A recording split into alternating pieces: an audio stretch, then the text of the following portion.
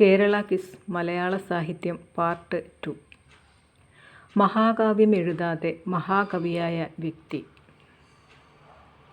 കുമാരനാശാൻ. കുമാരനാശാനെ വിപ്ലവത്തിൻ്റെ ശുക്രനക്ഷത്രം എന്ന് വിശേഷിപ്പിച്ചത് ആരാണ്? ജോസഫ് മുണ്ടശ്ശേരി. മലയാളം അച്ചടിയുടെ പിതാവ് എന്നറിയപ്പെടുന്നത് ആര്?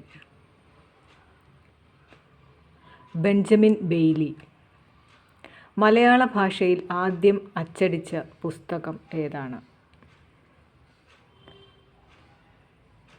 സംക്ഷേപവേദാർത്ഥം. സംക്ഷേപവേദാർത്ഥം എഴുതിയത് ആരാണ്? Father Clement Pianius. Kerala Panini എന്നറിയപ്പെടുന്നത് ആരെ?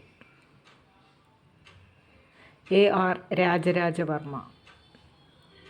മലയാളത്തിലെ ആദ്യത്തെ ചെറുകഥ എന്നറിയപ്പെടുന്നത് ഏത് പുസ്തകത്തെയാണ്?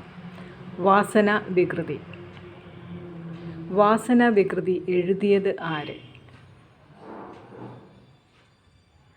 വേങ്ങയിൽ കുഞ്ഞിരാമൻ നായനാർ. വാസനാവികൃതി എന്ന ചെറുകഥ പ്രസിദ്ധീകരിച്ച മാസിക ഏത്? വിദ്യാവിനോദിനി.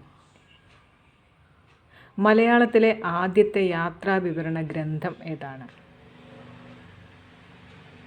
വർത്തമാന പുസ്തകം. വർത്തമാന പുസ്തകം എഴുതിയത് ആരാണ്? പാറേമാക്കൽ തോമാ കത്തനാർ.